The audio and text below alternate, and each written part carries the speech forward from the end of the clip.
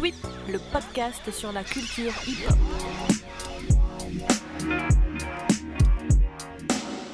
Yo, Jeanne Gallois, aka la première personne qui a une page Wikipédia qu'on interviewe. Comment tu vas? Pardon, je m'y attendais pas. Eh ben, du coup, c'est un honneur. Eh ben, je vais bien. Je vais très bien. Cool. Avoue que c'est toi qui l'as créé ta page en fait. Et non, même pas. Non, c'est même pas moi qui l'ai créé. Et en plus, pour la petite histoire, comment j'ai découvert qu'il y avait une page Wikipédia, quelqu'un me l'a envoyé ou quelque chose comme ça. Et il y avait pas mal de choses qui étaient erronées sur cette page, parce que n'importe qui peut en fait créer la page sur n'importe qui. Enfin, donc je sais pas qui l'a créé. Donc ça a été une enquête de plusieurs jours pour trouver la personne qui a créé la page, pour lui donner les bonnes informations à corriger, pour lui donner... Enfin bref, du coup c'est assez Et- étonnant comme Et donc fonctionnement. c'est bon, maintenant c'est les bonnes infos. Ton père est bien chef d'orchestre. Oui, oui, c'est les bonnes infos, oui. Et c'était Maintenant même qu'on a... pas ce que c'était l'erreur, mais enfin, il y avait pas mal d'informations qui étaient... Bref. Bon, Incroyable. maintenant qu'on a mis les choses à plat, on peut démarrer.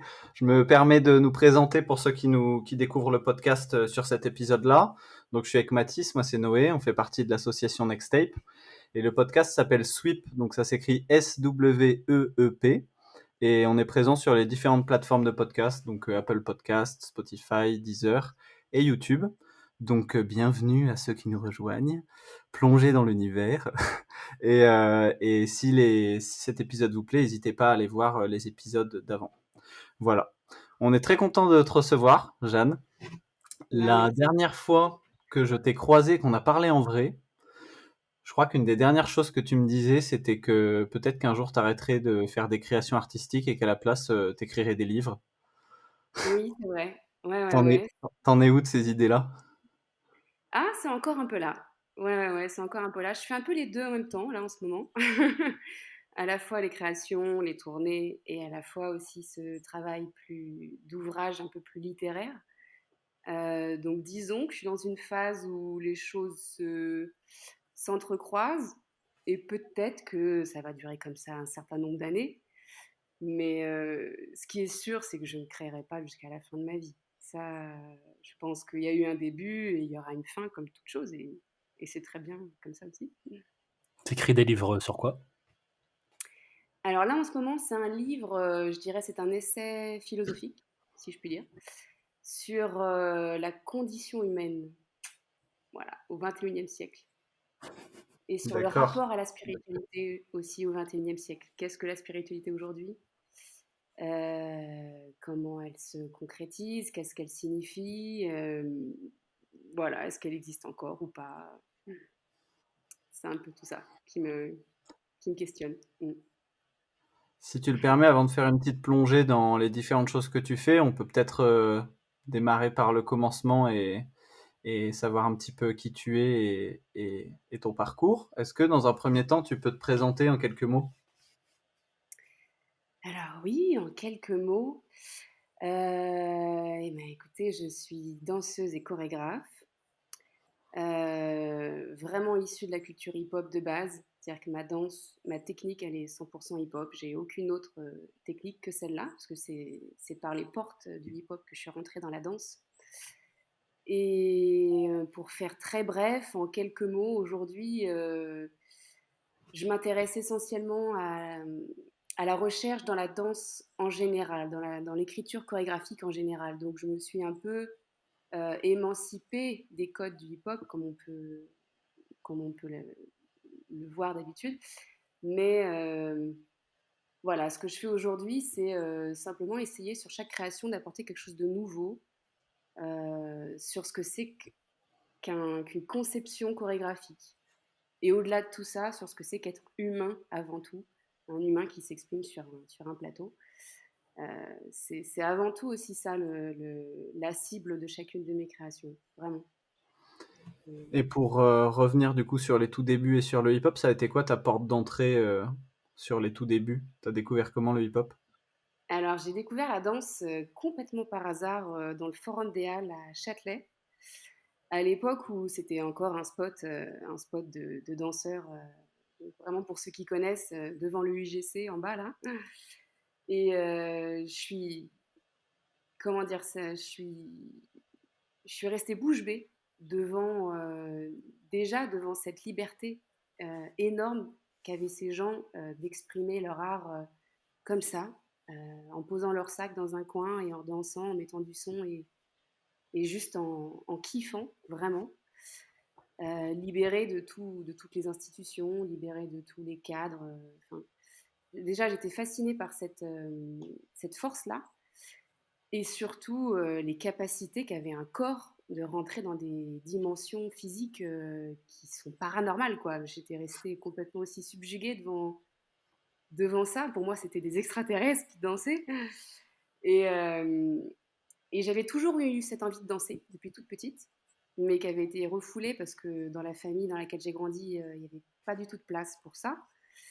Et je faisais beaucoup de musique à haut niveau en conservatoire, donc j'avais pas le temps aussi de faire autre chose que de la musique. Enfin, je travaillais énormément pour ça. Et donc, j'ai rencontré la danse comme ça, dans ce forum des Halles, en croisant ces danseurs, et ça a été le coup de foudre. Et je me suis dit, mais c'est ça que je cherche, c'est ça que je veux faire.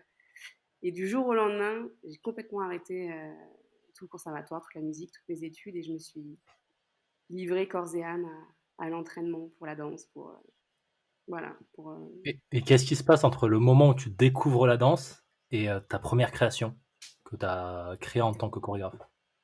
Alors, la première création en tant que chorégraphe, parce qu'il y a eu d'autres créations que j'ai faites avant en tant qu'interprète, mais là, ta Mmh. question, c'est vraiment en tant que chorégraphe, c'est Ouais. ça que Qu'est-ce qui se passe entre ces 2 moments-là? Alors, il se passe beaucoup de choses, Mmh. effectivement. D'abord, il se passe que donc, je suis ado, hein, j'ai 15 ans ce jour-là, quand j'ai découvert la danse hip-hop. Donc, de mes 15 à mes 18, eh ben, t'es ado, t'es au lycée, donc tu t'entraînes voilà, dans tous tes temps libres. Je passe mon bac, la danse reste toujours un lobby, mais j'imagine pas une seule seconde que je puisse en faire mon métier, très clairement. Parce que voilà, j'étais aussi beaucoup passionnée de physique et de maths appliquées en physique. Donc j'ai commencé des études de physique et physique quantique à l'université. Donc la danse reste toujours une passion à côté de tout ça, à côté de cette vie d'étudiante. Et en fait, très vite, les choses se sont fait un peu d'elles-mêmes. J'ai, pour ainsi dire, presque pas eu besoin de les provoquer. C'est-à-dire que pendant que j'étais étudiante à la fac, à un moment donné, je me suis dit, bah tiens, pourquoi est-ce que je ne ferais pas une audition juste pour voir ce que ça donne, qu'est-ce que c'est qu'être danseuse professionnelle, qu'est-ce que c'est que monter sur des planches. Parce que jusqu'à présent, j'étais vraiment que dans l'univers des battles, enfin, le milieu underground du hip-hop en fait, pas le milieu des créations du tout. Et j'avais vu passer une annonce sur internet d'un chorégraphe qui cherchait des danseurs, donc c'était Sébastien Lefrançois, pour le festival de Suresnes à l'époque. Et j'ai passé cette audition vraiment en touriste. Et là, ça a été un deuxième coup de foudre. C'est que je me suis rendu compte, en fait, pas seulement moi en éprouvant comment on appelle ça, les étapes de l'audition, mais en regardant les autres danseuses de l'audition, je me suis rendu compte de la puissance qu'il y avait avec cette danse, avec cette technique de la danse hip-hop, cette énergie viscérale et qui est entière. Je me suis rendu compte de la puissance qu'on pouvait partager en passant un message, en fait. Et la dimension qui était jusqu'alors, moi, je m'étais intéressée et ce qui me faisait vibrer, c'était uniquement la dimension presque performative, la dimension qu'on cherche tous dans les battles. Évidemment, on veut gagner, on veut proposer des choses encore plus folles, on veut se surpasser soi-même aussi, juste pas forcément par ego, mais juste pour avancer. Et je m'étais jamais intéressée à la dimension sensible, en fait, qu'il pouvait y avoir dans le mouvement, dans cette danse-là, tout simplement parce que j'ignorais tout ça. Et lors de cette audition, Sébastien Lefrançois, il nous avait fait passer dans plein d'états très différents, plein de tests, plein d'expériences, plein de partages. C'était c'était un chamboulement vraiment très grand. Et j'avais pas été prise, j'avais été jusqu'au bout des tours, mais j'avais pas été prise à la fin. C'était pour Et tant mieux. c'était pour un rôle dans Roméo et Juliette, c'est ça? Ouais, c'est ça. C'était pour Ok. le rôle de Juliette. Et d'ailleurs, pour la petite histoire, un an après, en fait, du coup, on n'était plus que deux à la fin de l'audition, mais c'était l'autre danseuse qui avait été prise, Marie Priska, merveilleuse danseuse, enfin, qui pour moi, c'était tout à fait normal que ce soit elle, parce que juste moi, j'étais un bébé, quoi. J'avais l'impression de savoir rien faire. Et, euh, et pour l'anecdote, un an après, en fait, Marie Priska devait quitter le projet parce qu'elle était dans d'autres compagnies où elle était plus dispo, je ne sais plus ce qui se passait. Mais il fallait faire une reprise de rôle sur ce rôle. Et Sébastien m'avait recontacté pour reprendre le rôle. Et du coup, j'ai quand même pu un peu vivre voilà, cette expérience dans cette compagnie-là. Et du coup, pour faire plus court aussi, parce que sinon je peux m'étaler très longtemps, mais en gros, justement, je suis pas prise à cette audition, donc bon, bah, c'était une bonne expérience. Ça avait quand même marqué, laissé une empreinte en fait très forte dans mon esprit. Mais je continue mes études de physique, etc., etc. Et puis du coup, un an plus tard, il y a cet appel de Sébastien qui me demande si je suis intéressée pour reprendre le rôle et faire toute la tournée, en fait. Donc ce à quoi j'ai dit, bah oui, pourquoi pas. Et je pensais juste en fait mettre mes études en suspens pour un an ou deux et pas plus. Enfin, pour moi, c'était voilà, c'était juste une année sabbatique pour vivre un peu de ça et ensuite revenir dans le droit chemin, comme me disaient mes parents. Euh, et en fait, je suis jamais revenue dans le droit chemin. Clairement, dès que j'ai commencé à monter sur les planches, du coup avec cette compagnie-là, Trafic de style, dans Roméo et Juliette, et puis après dans d'autres compagnies, parce qu'en fait, ça a fait un peu boule de neige. Tel chorégraphe m'avait vu dans cette pièce-là, tel autre aussi. Donc, petit à petit, on m'a contacté pour aussi faire des essais pour d'autres compagnies, d'autres créations. Et puis voilà, après, c'est la vie classique d'un danseur intermittent qui jongle entre plusieurs compagnies. Et donc, et ce qui est drôle, en fait, c'est que j'ai tout de suite été aussi interprète pour des chorégraphes contemporains, pas que hip-hop. Mais à chaque fois, j'étais même plus souvent la danseuse hip-hop d'une création contemporaine. J'étais un peu dans cette double étiquette-là.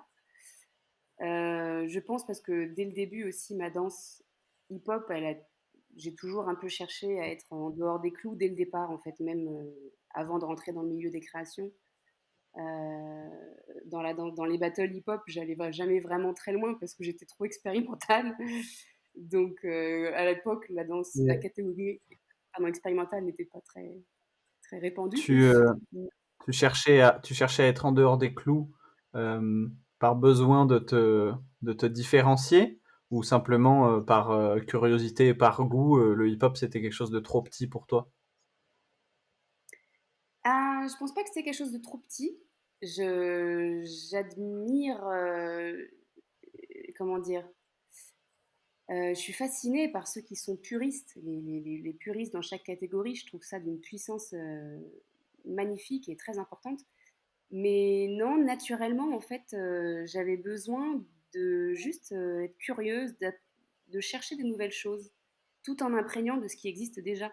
Donc sans prétendre inventer une nouvelle danse. Mais j'étais plus. Enfin, c'est dur à expliquer. Je pense que là, il faudrait faire un scan, une analyse psychologique de ma nature même. Mais tout en m'identifiant fortement à l'esprit hip-hop, ce qui me faisait le plus vibrer, c'était d'être dans des choses un peu nouvelles. Donc dès le départ, j'étais déjà un peu le vilain petit canard. Et, et du coup, l'univers contemporain, en fait, ça a été quelque part ce qui correspondait exactement à ce que je cherchais, parce qu'on prône vachement ça. On, enfin, même le terme contemporain définit ça, définit le fait de casser toutes les règles pour en proposer des nouvelles tout le temps. d'être constamment dans le renouvellement de ce qu'on pense savoir faire, de re-questionner à chaque fois aussi toutes les choses qu'on pense acquises. Et je trouve que c'est ça qui, en tout cas, me correspond le mieux.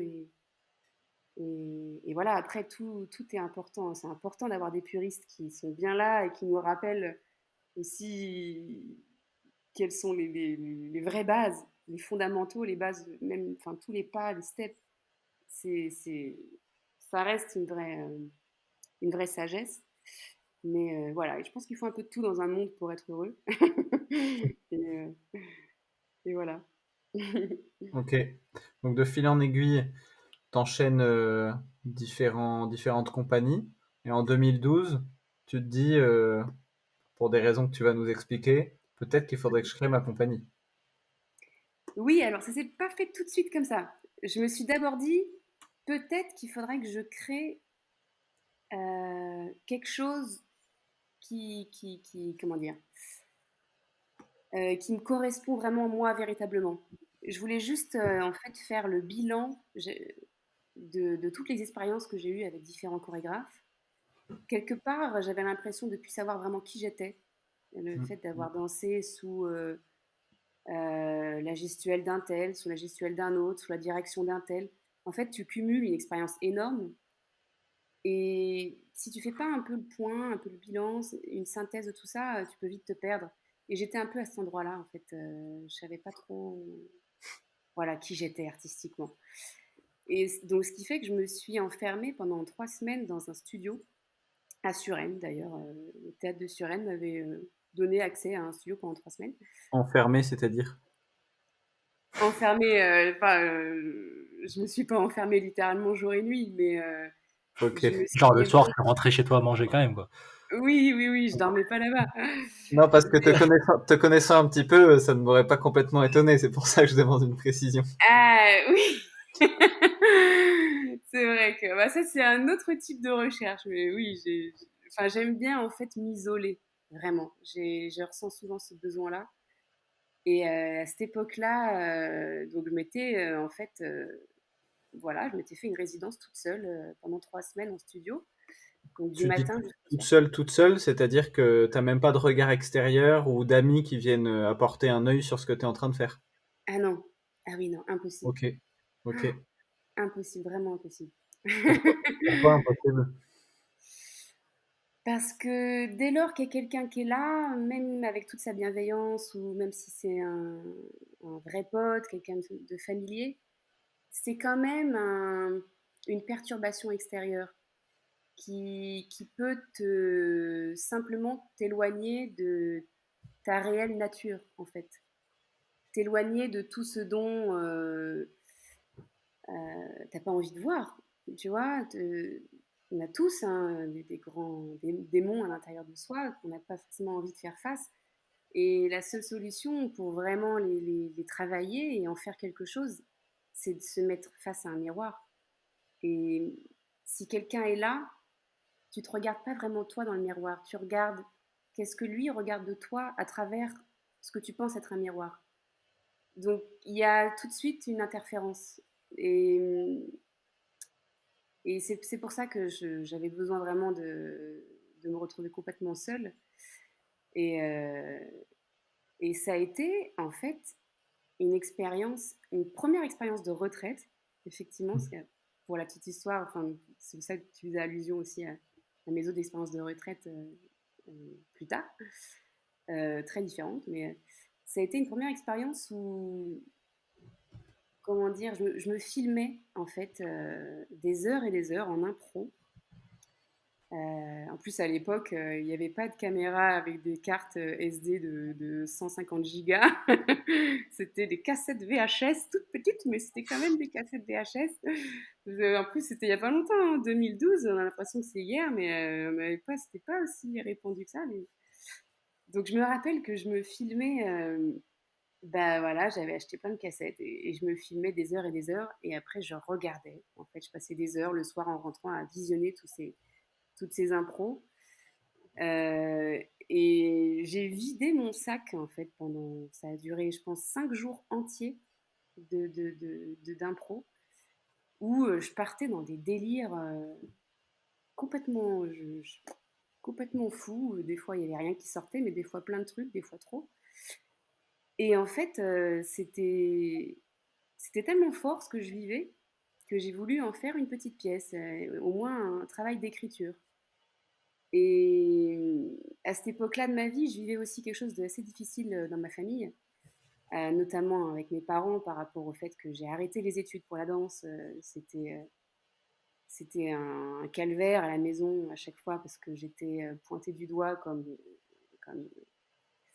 comme étant complètement, enfin je sais pas comment dire, comme étant un gâchis, quoi, que j'allais rater ma vie, que j'avais tout pour réussir, tout pour devenir chercheuse en physique-chimie, enfin il n'y a pas de, ou tout pour devenir musicienne et que je suis celle qui envoie tout en l'air. Enfin, il y avait vraiment une période très difficile avec ma C'est famille. Et étrange parce que ton père, il était quand même chef d'orchestre. Donc il aurait pu te comprendre ouais, d'un certain côté, non? ben ouais, mais non. OK. Vraiment, dans le milieu de la musique classique et même la musique contemporaine, il s'intéresse pas vraiment à ce qui se passe. Enfin, je fais une généralité, c'est très mauvais. C'est pas lui, mon père en tout cas, s'intéressait pas vraiment à ce qui se passe dans la danse et à toute la vie qu'il peut y avoir dans ce milieu-là. Pour lui, c'est t'es danseur, ben, tu vas galérer toute ta vie, quoi. Oui, tu vas peut-être avoir un petit peu d'intermittence du spectacle, mais si t'es pas danseuse à l'Opéra de Paris, t'es rien, en fait. Parce qu'il simplement, il n'avait pas la connaissance de toutes les compagnies qui tournent, tous les danseurs qui vivent très bien de ça, enfin tout ce qui se passait. Mais donc Voilà. maintenant que une fois que toi tu as gagné les premiers prix pour les premiers solos que tu as fait, puis que de fil en aiguille tu as enchaîné des pièces et que tu t'es retrouvé artiste associé à Chaillot, j'imagine que son regard a changé, non? Oui, oui, oui, oui, oui. Son regard a beaucoup changé, effectivement. J'ai dû faire, bah, ça a fait ses preuves. C'est sûr qu'il pouvait plus rester aveugle face à tout ça. Mais encore aujourd'hui, il y a quelque chose de très particulier entre moi et mon père, quelque chose à la fois très conflictuel, mais à la fois très plein d'amour. C'est juste de l'amour maladroit, en fait, vraiment. Et qui va un peu mieux, mais bon, je peux pas dire que c'est la paix, la paix ultime, mais oui, maintenant il est très content. C'était juste de la peur en fait, comme n'importe quel parent, quand ton enfant te dit je vais être artiste, et en plus artiste danseur hip-hop, enfin, à l'époque où tu as l'impression que lui il avait une image très réductrice du hip-hop, des jeunes des cités et tout ça. Donc c'était normal d'avoir cette réaction craintive pour son enfant, c'était juste voilà, de l'ignorance, mais c'est pas. Voilà. Et donc, tu passes ces 3 semaines à vider ton sac et à te mettre face Et, au miroir et à faire le bilan de tous les travaux que tu as fait avec les compagnies, toutes les gestuelles que tu as ingurgitées.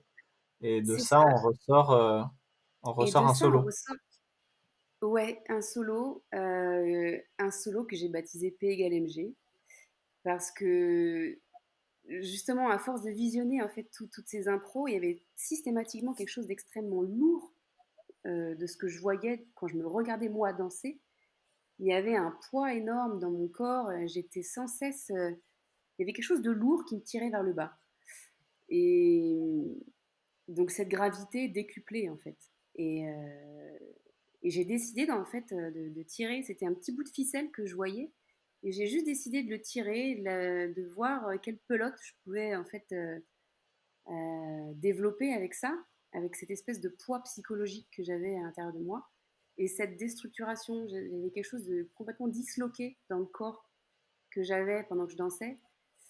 Et j'ai tout simplement développé ce solo, donc c'est ce personnage qui arrive, qui atterrit dans une dimension qui n'existe pas, hein, mais une dimension où la gravité serait décuplée pour mettre en avant ce poids psychologique qui nous tire vers le bas, qui du coup est un challenge à s'en libérer. Et tout ce solo est une retranscription de ce poids psychologique vers un poids physique qui est aussi constant, qui est inévitable. On est tous tirés vers le bas, mais on n'y pense pas tous les jours en se disant: «Oh la gravité, elle est lourde aujourd'hui». On l'a de manière innée, on l'a intégrée à l'intérieur de soi, mais elle est vraiment réelle et c'est cette gravité-là, c'est cette pesanteur qui nous permet d'avoir un contrepoint pour nous tirer vers le haut. C'est ce qui nous permet de sauter, c'est ce qui nous permet de bondir, c'est ce qui nous permet d'interagir avec le monde extérieur. Sinon, voilà, on ne pourrait même pas marcher en fait sans cette gravité. On ne pourrait même pas avoir cette notion d'avancer. Et c'est tout ça en fait que je raconte dans ce solo. Donc P égale mg, c'est la formule physique du poids, juste pour ceux qui ne se rappellent peut-être pas de leur leçon de physique de seconde. Mais Merci. voilà, très basique. Et il s'avérait que par hasard, au moment où j'étais vers la fin de cette résidence, j'ai reçu un coup de fil pour le prix Beaumarchais. Chloé Lenôtre, celle qui gérait le prix Beaumarchais, qui m'a demandé si j'avais pas quelque chose à proposer pour ce concours. J'étais très étonnée de ça parce que je, pour moi, un concours, il faut postuler. C'est bizarre dans ce sens-là d'être appelé pour aller faire un concours. Mais il lui restait encore une place en fait pour les participants. Et voilà, elle avait entendu dire que j'étais en train de faire ce petit solo. Et du coup, j'ai dit, bah oui, je pourrais peut-être montrer ça à ce moment-là.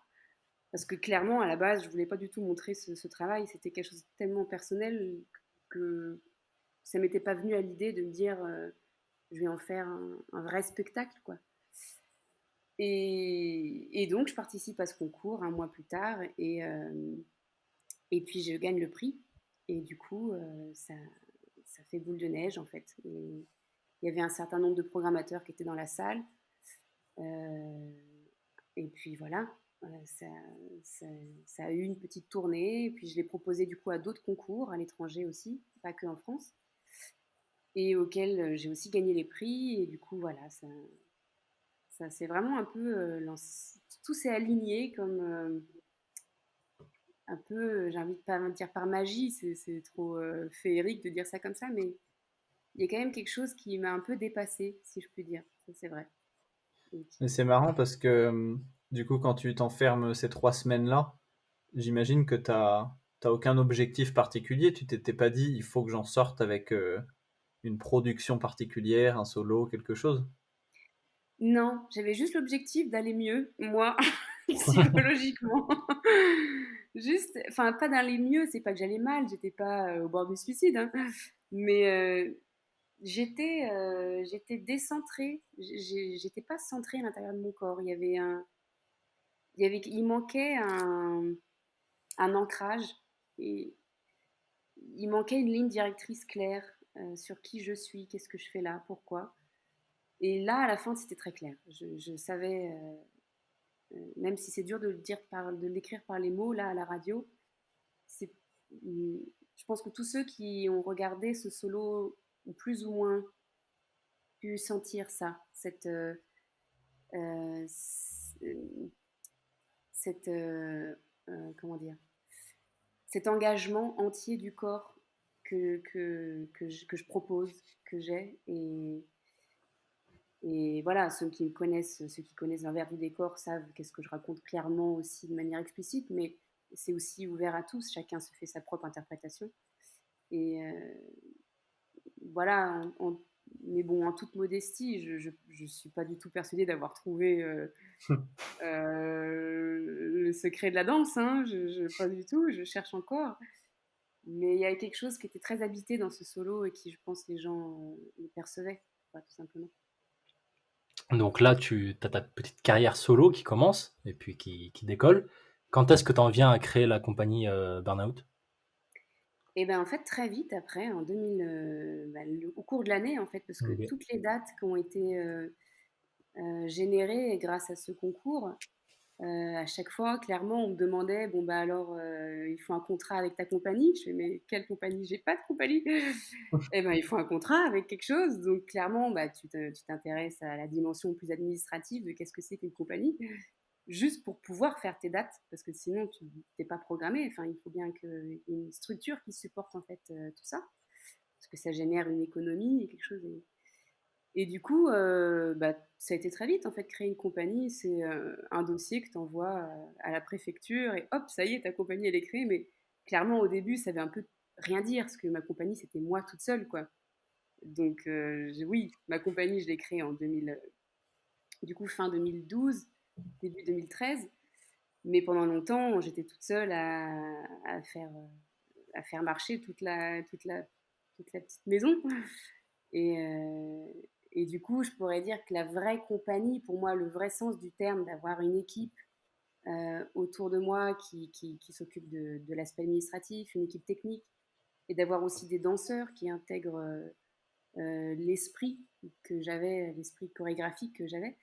Ça, c'est vraiment plus tard, c'est au moins 3 4 ans plus tard, avec carte blanche, compact et surtout quintette, la première pièce de groupe. Donc voilà.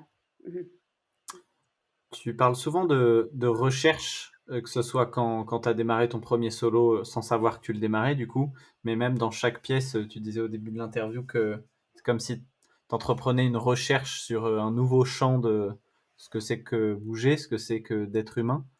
Euh, Mm. le métier d'artiste de manière générale, mais et notamment celui de chorégraphe, je trouve que c'est un métier qui est souvent dur à expliquer aux gens qui ne pratiquent pas d'art parce que c'est abstrait et que tu utilises le terme recherche, je me dis que c'est peut-être un bon axe pour l'expliquer parce que en science, c'est évident de demander des subventions et d'expliquer aux gens pourquoi on recherche des choses. En science, on fait une recherche pour trouver un vaccin, pour découvrir une nouvelle planète, pour étendre notre champ de connaissances et que peut-être ça nous serve, ou en tout cas que ça réponde à une certaine curiosité. En danse, comment on explique ce qu'on est en train de chercher? Ah, c'est une très bonne question. En danse, comment on explique ce qu'on est en train de chercher? Euh, Moi, si tu veux, tu vois, comme je disais, je m'intéresse à exprimer ce que c'est qu'être humain de manière générale. Bon, tous les artistes font ça, clairement, c'est pas moi, mais toutes les formes d'art s'intéressent à ça, c'est le propre de l'homme. Et comment est-ce que je cherche à travers la danse? C'est simplement que, du coup, je m'intéresse à des états de corps dans le but d'exprimer une émotion, un aspect de l'être humain. En général, l'aspect très contradictoire de l'être humain, qui est pour moi la racine de toutes les souffrances. C'est le grand paradoxe de notre esprit. Mais je m'intéresse à des états de corps qui pourraient se rapprocher le plus possible, de manière le plus sensible, à, euh, à cette notion. Et du coup, euh, Je vais être embêtant, j'introduis. pardon. Je vais Ouais. être embêtant et tatillon. C'est quoi un état de corps? Ah oui, mais c'est vrai que tu fais très bien de me poser ces questions, effectivement. Un état de corps, c'est une dimension dans laquelle tu entres euh, dans ton corps. Peut être une dimension, je vais dire des mots très simples, une dimension tendue, une dimension relâchée, euh, une dimension de douleur ou une dimension joyeuse. Là, je prends vraiment de manière très simple des extrêmes. Euh, un état de corps, ça peut être un état de corps complètement disloqué, un état de corps par contre complètement aligné. Un- C'est simplement une façon, une énergie qui circule dans ton corps et qui, regardée de l'extérieur, du coup observée par un spectateur, qui pourrait signifier quelque chose. Après, c'est vrai que je trouve que c'est toute la force et la faiblesse de la danse, c'est que la danse c'est un vocabulaire qui est abstrait. On est dans l'abstraction, clairement. Donc, on peut vite se perdre dans justement des concepts beaucoup trop conceptuels et du coup presque inaccessibles au commun des mortels. Tout comme on peut vite aussi trouver le geste juste, le geste très simple qui va non seulement détenir une beauté en tant que tel, parce qu'un geste peut aussi être accepté pour celui qui regarde de la danse juste parce qu'il est beau. Mais moi, je trouve, quand il a en plus une dimension significative, s'il a un sens puissant, je trouve qu'il est encore plus beau, encore plus percutant. Et ça, c'est ça un état de corps. C'est ça, comment dire, c'est en tant que danseur proposer une danse qui, qui est fondamentalement vécue, qui est chargée d'une émotion, qui est chargée d'une âme, plus qu'une simple danse esthétique euh, qui serait presque vide d'une âme, en fait, qui serait presque qu'une machine pourrait presque mieux faire que nous, je dirais. Hein, et, et voilà, je pense que si je peux faire très simple, un état de corps, c'est ça. Et Après, moi, en fait, tous les êtres humains ont des états de corps. Les émotions, c'est clairement l'état de corps suprême. C'est le point de rencontre entre le mental et le corps. C'est ça, l'émotion se traduit par ça pour moi. Donc ensuite, le danseur est simplement celui qui conscientise ça et qui en crée, qui en fait une danse, tout simplement. je crois que c'est assez clair. Ouais, ça va. Et du coup, la recherche, c'est chercher des nouveaux états de corps, c'est chercher des nouveaux cocktails d'états de corps, des nouvelles manières de les utiliser. C'est ça que tu fais quand tu passes du temps dans une salle pour faire une nouvelle pièce? Oui, exactement. C'est très simplement ça. Ouais. La Et, recherche de nouveaux. Mm. et par exemple, dans Reverse, par exemple, c'est quoi les états de corps, par exemple, que tu recherches? Ah, très bonne question. Alors après, chaque création est particulière. Chaque création a son. Je me mets un enjeu différent dans chacune des créations parce que mon envie est différente ou je sais pas, mon émotion du moment est différente.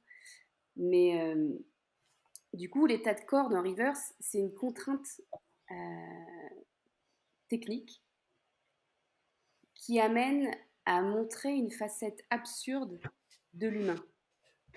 C'est-à-dire que dans Reverse, j'avais simplement envie de montrer euh, à quel point dans nos sociétés aujourd'hui, quand on suit trop proprement le petit bonhomme de chemin qu'on nous propose, on finit par être dans un monde qui est dénué de sens.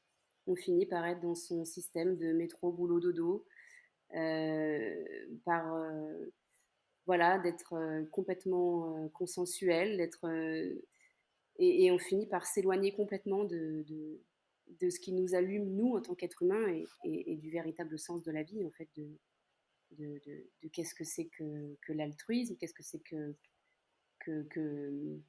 comment dire, qu'est-ce que c'est qu'une individualité, qu'est-ce qu'une vraie aspiration personnelle. Et, et le concept par lequel j'ai voulu prendre, enfin l'angle de vue que j'ai voulu prendre pour parler de ça, c'est simplement imaginer des corps, des danseurs qui ont le crâne, la tête constamment en contact avec le sol tout au long de la pièce. Donc des corps renversés avec un joug très puissant, quelque chose qui aplatit, qui écrase.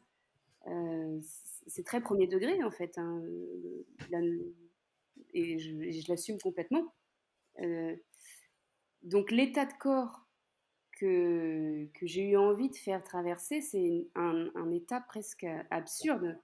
Jamais on reste la joue collée contre le sol tout au long d'une journée, jamais même. Enfin, on, on a tellement de dignité qu'on se tient debout et droit parce que c'est notre ego qui veut ça.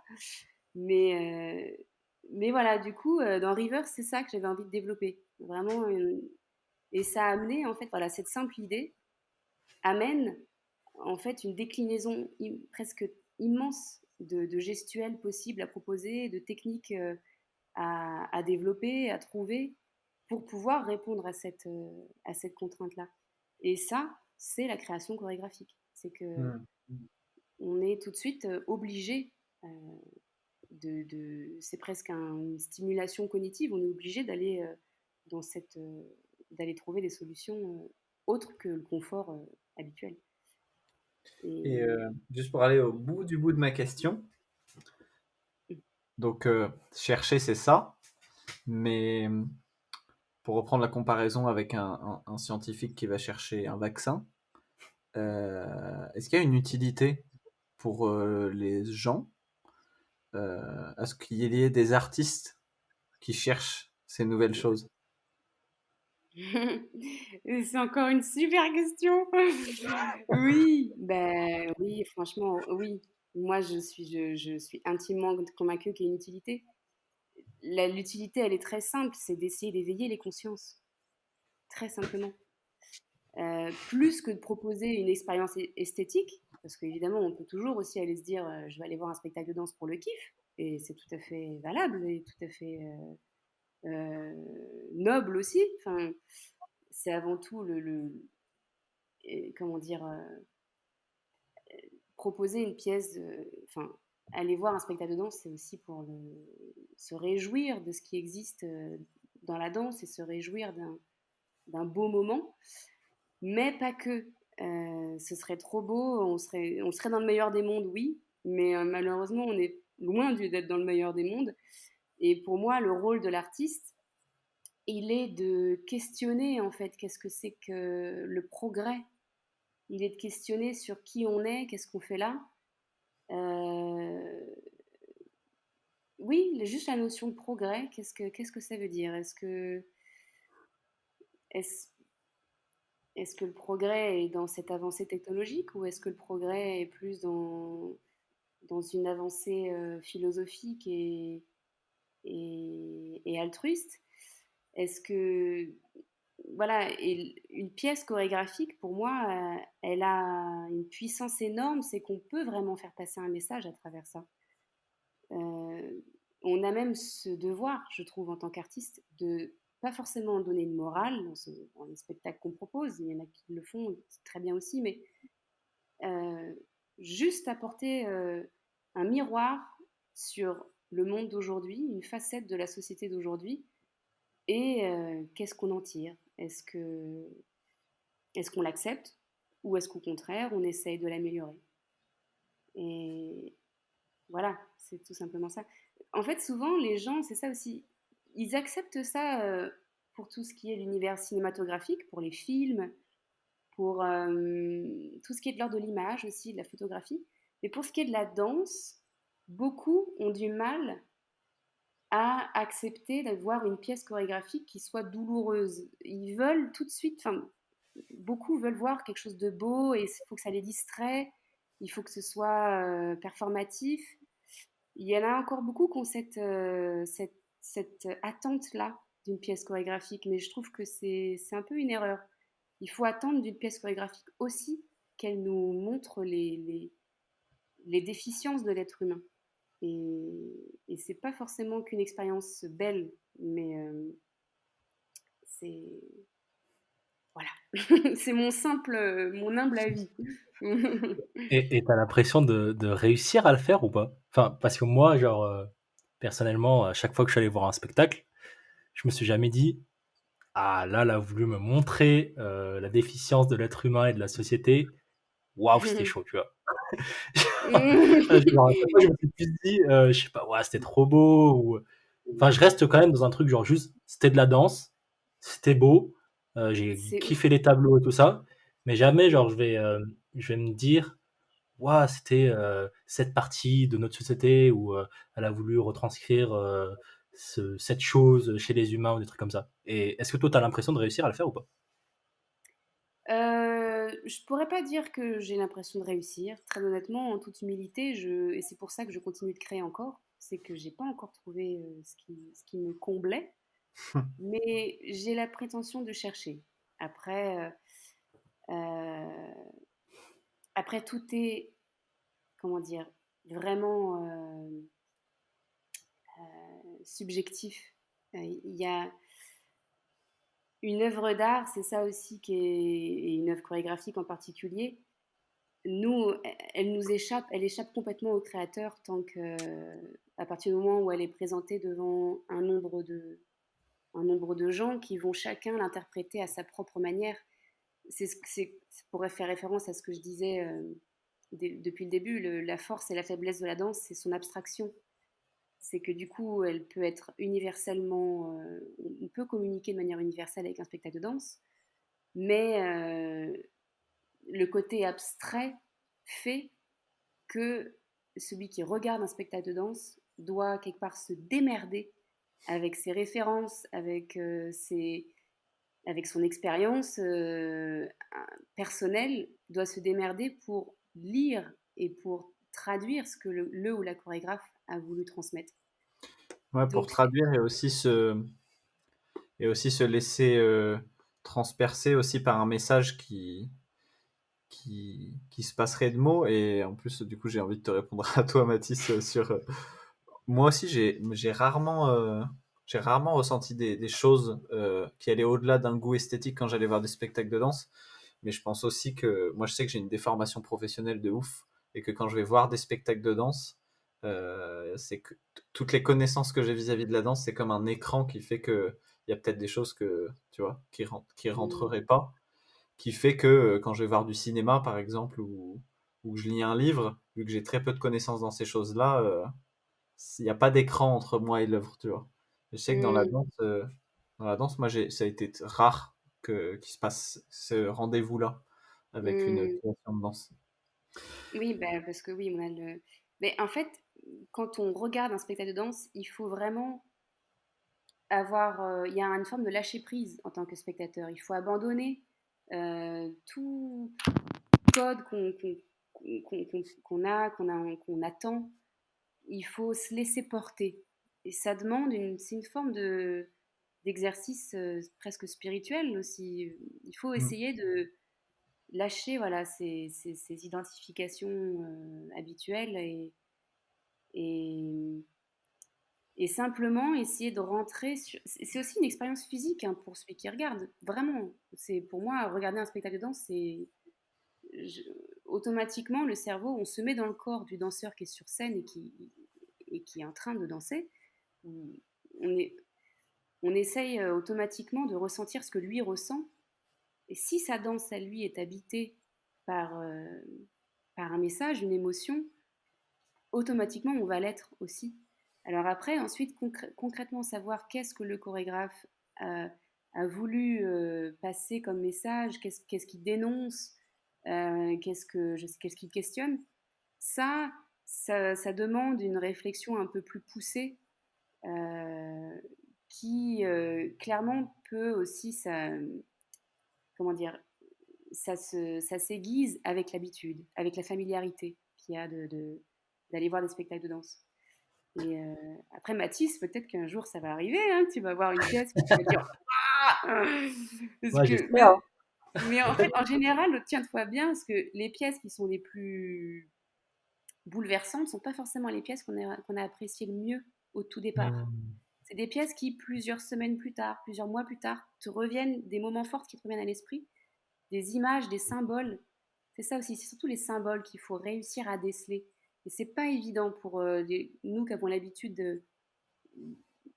de manger des films, si je puis dire, qui sont des choses très explicites, ou de manger des livres, ou des séries télé, tout est très clair. Là, on te force à être dans un univers de symboles, donc c'est à toi d'aller décoder, en fait. Hmm. Et du coup, c'est pour ça que ça vient plus tard, les émotions d'une pièce qui a vraiment un fort impact. C'est en général ça, enfin, je trouve. Hum, J'ai envie de parler du progrès, ce dont tu parlais, la notion de montrer quelque chose en progrès, ou en tout cas questionner ça. Toi, dans ta manière d'enchaîner les pièces que tu crées, si je ne dis pas de bêtises, il y a une histoire de cycle où tu as commencé avec un solo, puis ensuite tu as fait un duo, puis ensuite tu as fait un trio, puis tu pas fait de quatuor parce que tu n'aimes pas le chiffre 4, puis ensuite tu as fait une pièce à 5, puis tu as fait une pièce à 6, je ne sais pas si tu as fait une pièce à 7. Alors, Euh, j'ai pas fait de pièce à site non plus, j'ai tous les chiffres pairs, je suis un peu. D'accord. Donc Mais tu j'ai as fait une pièce à 7, ouais. Ouais. fait une pièce à 7, et du coup, une fois passé tout ce cycle je sais pas comment tu l'appellerais, relationnel ou en tout cas de différentes étapes.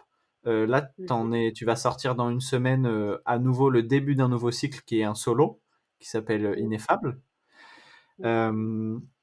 Qui serait du coup, je pense que ça questionne aussi cette question de cycle. Quand je redémarre un nouveau cycle, qu'est-ce qui a changé? Qu'est-ce qui a bougé? Sur quoi est-ce que j'ai progressé? Maintenant que ton solo est terminé et que tu vas le présenter, qu'est-ce qui a progressé entre P égale MG et Ineffable? Quelles sont les lignes qui ont bougé? Waouh, ça c'est une très grande question parce que il y a énormément de dimensions qui ont bougé. Résumé en quelques mots. Pour faire très simple, tout le premier cycle, du coup, qui a constitué ces 7 pièces là que tu as énumérées, depuis le solo P égale MG jusqu'à du coup Samsara, la 7e pièce, l'avant-dernière pièce que j'ai créée. Tout ce cycle portait sur un questionnement principal, sur une grande ligne directrice, qui est la question de souffrance en fait. Quelles sont les racines de nos souffrances et quelles sont les possibilités pour s'en échapper ou au moins pour surpasser la souffrance humaine de manière générale. Et donc ça a démarré par P égale MG parce que clairement je vivais une grande souffrance psychologique. Et ensuite j'ai décliné la même question à chacune des créations avec un angle de vue différent. À chaque fois en agrandissant mon plateau, en rajoutant un tenseur en plus, etc. Et en fait, le fait d'avoir traversé toutes ces questions sur la souffrance, j'en étais arrivée avec étonnement à la fin de me dire, en fait, c'est vraiment qu'une création de l'esprit, cette putain de souffrance qui nous... Désolée pour les mots, mais qui nous, qui nous gâche la vie, quoi. C'est vraiment qu'une ignorance, en fait. Et il y a eu énormément de chamboulements personnels aussi tout au long de ces 7 créations. Donc ça a duré 9 ans. Et je peux pas dire que ce qui m'a aidé, c'est une ouverture à la spiritualité, pas du tout. Ça n'était qu'une conséquence de, de, de tous ces questionnements autour de l'absurdité humaine. Et ce qui a fait progrès, en fait, par contre, c'est de me rendre compte que la véritable nature humaine est fondamentalement pure et bonne. Et ça, j'en ai l'intime conviction. Et cette conclusion-là, je l'aurais jamais eue si j'avais pas traversé ces 7 créations, si je m'étais pas aussi longtemps questionnée sur les causes de la souffrance humaine, et de la colère et de l'attachement et de la jalousie. Euh, du fait que ces causes viennent de l'esprit, ça montre que la nature même est fondamentalement bonne et que c'est simplement un esprit indompté qui génère ces souffrances-là. Du coup, j'ai eu envie de clore ce cycle, cette souffrance, et de parler maintenant, de m'intéresser avec l'ouverture de ce nouveau cycle sur la nature pure de l'homme. De, de, oui, on pourrait penser que c'est voilà, quelque chose d'un peu idyllique ou utopique, mais avant tout, maintenant, rappeler ça. Qu'est-ce qui nous allume en tant qu'être humain? Euh, et du coup, ce nouveau cycle s'intéresse à ça. Ok. Voilà. Pour faire très simple. J'imagine qu'il y aurait beaucoup de choses à en dire. Mais pour, pour avoir travaillé avec de plus en plus de personnes, et en plus en étant à chaque fois ou presque aussi sur le plateau avec les danseurs, donc ça veut dire que tu avais l'œil extérieur, mais tu vivais aussi les choses de l'intérieur. Et du coup, tu étais dans des relations. Les relations qu'on a entre danseurs, je trouve, quand on crée des pièces, c'est quand même des relations particulières. Ce sont des relations de corps, d'esprit et tout, souvent intenses et tout, la création. Donc toi, tu dirigeais en plus les processus. C'est quoi qui est le plus dur dans la gestion d'une équipe pendant un processus de création? Hmm. Hmm. Je dirais que le plus dur, c'est de savoir maintenir les objectifs de départ, vraiment. Les intentions de départ, de rester intègre avec vraiment l'intention initiale qui t'a allumé en tant que chorégraphe pour monter un projet, diriger ses danseurs. En fait, très facilement, on peut avoir une énorme, comment dire, euh, on peut avoir une énorme idée très claire au début. Et en fait, le fait de travailler avec d'autres danseurs, d'être dans l'improvisation au début, de prendre aussi les avis des uns et des autres, évidemment, c'est très important aussi de tâter, de prendre des retours des retours un peu extérieurs, etc. On peut vite en fait s'éloigner vraiment de cette intuition première. Et je suis intimement convaincue qu'en général, la première intuition est toujours la bonne. Bon, ça, c'est pas moi qui l'ai inventé, hein, mais c'est juste que j'ai beau l'entendre, à force de l'expérimenter, c'est vrai. Très souvent, la première intuition, c'est vraiment la meilleure. Et le plus dur, c'est de maintenir ça, de maintenir ce cap et de pas trop se perdre.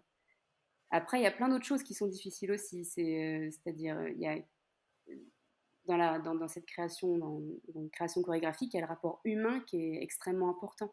C'est qu'on est là tous, on est une équipe avec, voilà, avec son bagage personnel, avec ses hauts et ses bas, et comment fusionner une harmonie de groupe, comment essayer de générer aussi de la bienveillance continuellement sur chacune des étapes de la création, même s'il y a le stress qui monte, même s'il y a voilà, parfois de la fatigue aussi. Gérer ça, c'est, pour moi, le chorégraphe, il est au cœur de cette gestion humaine d'un groupe. Et ça, c'est pas facile non plus. Donc, euh, voilà, ça demande de l'expérience, ça demande du recul, du lâcher prise et de la sagesse. Et clairement, quand on est nous-mêmes aussi fatigués, épuisés, c'est un challenge. Mais voilà, ça reste aussi quelque chose de très bénéfique, par contre. On apprend énormément avec ça. Et j'avais une question par rapport au décor. C'est toi qui t'occupes du décor ou tu as une personne qui, dans ta compagnie, qui s'occupe elle-même de tout ce qui est de trouver un décor pour la pièce? Alors, jusqu'à présent, j'ai très peu travaillé avec des décors parce que je trouvais que les corps eux-mêmes suffisaient sur un plateau. Donc, j'ai pas eu beaucoup de scénographie, sauf sur la dernière pièce, où Samsara, où il y a une espèce de grosse machinerie qui vient suspendre les danseurs et les relâcher sur le plateau à plusieurs moments dans le spectacle pour relancer un nouveau tableau. Et tout ça, c'est moi qui ai dessiné à chaque fois les choses, les objets, et qui est travaillé par contre main dans la main avec un directeur technique, parce qu'il y a une dimension technique qui m'échappe. Clairement, c'est un vrai métier. La construction vraiment mécanique d'un objet, ça, je suis incapable de le faire. Par contre, donner les directrices principales sur ce que je veux, dessiner l'objet, euh, les, choix de, les choix de matériaux, ça, je le fais avec mon directeur technique. Mais voilà, la scénographie, par contre, la première scénographie sur laquelle vraiment je vais travailler, c'est sur Ineffable, donc le prochain spectacle le solo qui va sortir, où là, il y a un vrai décor en tant que tel. Et pareil, c'est quelque chose que j'ai moi-même dessiné et imaginé, et j'ai moi-même cherché les contraintes, la signification de chaque chose, les matériaux, voilà. Par Et, contre, j'ai fait appel à un bureau de construction pour le construire. Voilà. ok. Et du coup, ce décor, à chaque fois que tu vas représenter la créa quelque part, tu vas devoir le transporter d'une salle à une autre ou... Et oui, c'est ça la grosse contrainte Ok. auquel il faut penser, c'est qu'il faut penser à un décor qui puisse se démonter et se remonter facilement, qui soit transportable sans se détériorer, qui soit pas trop coûteux à transporter, parce qu'évidemment, tout ça, c'est une économie particulière. Donc, tout ça, ça se pense au moment de la création, ouais. Et au moment des moyens que j'ai pour le réaliser et des moyens qu'on me donne pour. Donc, oui, c'est fait pour être transporté. Nice. On va pas tarder d'approcher de la fin. Et j'ai 3 questions, je pense, qui soulèveraient à chaque fois un petit temps. Donc, il va falloir que j'en choisisse une. Et, toujours sur les relations avec les autres dans la création. À chaque fois que tu redémarres une nouvelle pièce, la plupart du temps, tu fais des auditions pour choisir une toute nouvelle équipe. Là où d'autres chorégraphes ont le parti pris de constituer une sorte de famille, un noyau qui garde tout au long de leur carrière. C'est un choix qui est conscient de toujours renouveler une équipe, de toujours rencontrer des nouvelles personnes. Oui, oui, vraiment. Vraiment, déjà, c'est pour plusieurs choses. Déjà parce que chaque création, pardon, c'est pas du tout le bon mot. Je, je, je m'intéresse à un travail, à une, comment dire, à une dimension particulière d'état de corps, encore une fois. Donc ça demande à ce que je trouve des danseurs qui soient compatibles avec cet état de corps-là. Chaque danseur est extrêmement différent, chaque danseur a des qualités très différentes. Donc, et comme sur chaque création, je relance un petit peu tous les dés et je repars presque à zéro, j'ai vraiment besoin de danseurs qui correspondent exactement à ce que je recherche. Donc, il était arrivé quelquefois que je reprenne le même danseur parce qu'il correspond à la fois à deux types de créations particulières. Mais en général, voilà, j'ai besoin de ça, déjà pour cette raison-là. Et aussi parce que j'aime bien, en fait, rencontrer de nouvelles personnes. C'est toujours une aventure énorme, c'est toujours hyper enrichissant et c'est un peu la signification de la vie, d'être sans cesse, d'apprendre avec ces rencontres. On apprend énormément. Si on est tout le temps avec les mêmes, c'est génial aussi, c'est super, mais quelque part, on s'enferme dans un confort aussi, dans une facilité. Et, et que j'aime bien déstabiliser un peu ça. J'aime bien voilà, même si voilà, à chaque fois, il faut repartir à zéro, il faut retransmettre ma conception de la danse, il y a quand même beaucoup de boulot du coup pour que l'équipe que j'ai choisie, hop, rentre dans mon petit chemin avec moi et mettre les mêmes sabots, je dirais. Mais c'est un plaisir à chaque fois de partager ça et du coup, voilà, jusqu'à présent, j'ai toujours eu envie de changer l'équipe de danseurs, ouais, sur chaque création. C'est courageux, j'ai l'impression que entre les danseurs que tu renouvelles à chaque fois, les nouvelles contraintes que tu t'infliges pour le coup à chaque nouvelle pièce, etc. Est-ce qu'il y a quand même des petites zones de confort que tu t'autorises? Mmh, bah écoute, là, qu'est-ce que je m'autorise comme zone de confort? Euh, Bah, la fois où j'étais pas sur le plateau, mais j'étais obligée d'être parce que j'étais incapable techniquement, sur Rivers, c'était une des premières fois où j'étais uniquement à l'extérieur du plateau, à la direction en tant que chorégraphe, et je trouvais ça trop confortable. C'était vraiment une des fois où, ouais, je trouvais ça, c'est génial, parce que du coup, tu diriges différemment, c'est beaucoup plus clair là ce qui se passe, mais quelque part, une fois que la pièce est créée, paf, t'as plus rien à faire. Elle se fait toute seule tous les soirs sur un plateau. T'as plus à transpirer, t'as plus à t'échauffer, t'as plus le stress de la représentation. T'es là et les danseurs le font pour toi. Et donc ça, c'était un confort qui était génial, mais qui m'a vite pas déplu. Mais bon, pour moi, il manque en fait le titillement je sais pas, il manque un peu de piment, il manque. Et donc, je dirais que le fait d'être sur plateau aussi avec ses propres danseurs, tout de suite, il y a une empathie artistique. Les danseurs qui sont avec toi, ils savent, enfin, ils te suivent depuis le départ et il y a quelque chose de fort, vraiment, d'être à la fois chorégraphe et danseuse. C'est, oui, voilà. Après, la question du confort, quel confort je m'inflige? Je sais pas trop répondre à cette question autrement que par ça. Ça nous va. On arrive à la fin de l'interview. On a des petites questions rituelles à chaque fois à la fin. Mhm. Déjà, Est-ce que tu aurais des personnes que tu aimerais entendre dans ce podcast qui ont un lien avec la culture hip-hop, des artistes de la culture hip-hop qui te paraissent Hmm. appropriés? Je dirais direct Oxmo Puccino. Ok. Pour moi, ça reste une référence, mais un dieu du rap. Si on peut encore le qualifier comme rappeur, mais je crois qu'il se qualifie encore comme rappeur. Qui d'autre? Dans les danseurs et danseuses Mufasa. Pas parce que c'est une de mes On meilleures l'a amies. déjà fait. On l'a déjà interviewé. Ah, ça y est, ah mince! Ah, mais je vais aller écouter son podcast alors. Ouais, c'était bien en plus. Ah, bah ça m'étonne pas. Ça m'étonne pas. Je sais pas, voilà. Ouais, Là, tout de suite. Moi, c'est bien. Hein. T'as mis la barre haute, mais. on verra s'il nous répond. Ah, mais je suis sûre que vous pouvez l'atteindre. Je suis sûre. À chaque fois, on demande à la personne précédente de poser une question à la personne suivante. Du coup, avant toi, on avait Akastle2 qui est un rappeur nouvelle génération, mais qui est plutôt se situe plutôt dans des styles old school, boom bap.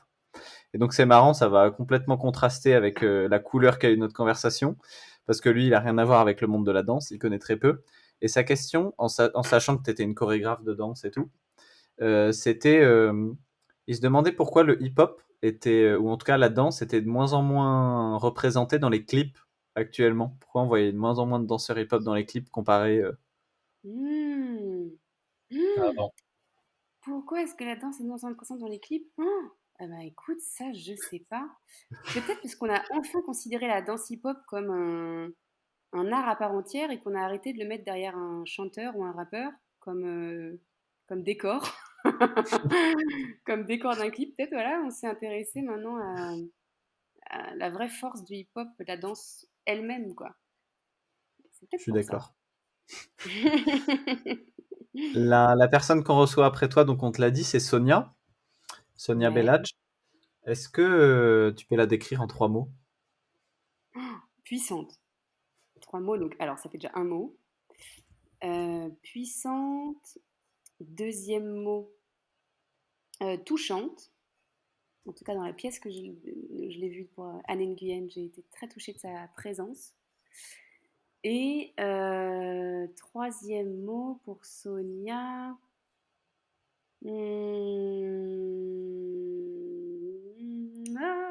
Qu'est-ce que je pourrais être comme troisième mot? Elle est tellement mimi, j'ai envie de dire mimi. On bien, on dira ça. Hein. Pour justement contraster avec sa puissance, quoi. Je Mmh. trouve que c'est ça qui est génial chez elle, c'est que tu la vois arriver, tu te dis pas qu'elle va popper comme une malade, et en fait, ça C'est pop clair. comme une malade. C'est clair. J'avoue. Et quelle Donc question t'aimerais qu'on aborde avec elle? quelle question? Euh, justement sur le renouveau du popping. Est-ce que, est-ce que depuis quelques années, elle perçoit ça ou pas? Est-ce que le rapport à la musicalité, surtout au popping, parce qu'on danse de moins en moins dans les musiques funk maintenant en popping, ça se danse surtout sur de l'électro, enfin de la musique électro. Voilà, le rapport à ça aussi, le rapport à la musicalité aujourd'hui dans le popping. Ok, ça sera fait. Nice. Super. Jeanne, merci beaucoup. Ouais, Ça grave. faisait trop plaisir. Ben, cool. pareil. Merci bien. Et du coup, Bon courage. on te souhaite bon courage aussi pour la sortie d'Ineffable, ton solo Bah du oui. deuxième cycle. Et on rappelle aux gens que s'ils veulent voir et suivre ton travail, ça s'appelle Compagnie Burnout et que tu as un site internet, il y a un Instagram et il y a un Facebook. Donc en tapant ça, les gens devraient trouver. Bah, merci pour tout, merci pour l'invitation. C'est Avec Avec plaisir. plaisir, ouais. super agréable. Ciao. Ciao. Ciao, à la Prends soin de prochaine. toi. À À la plus. prochaine.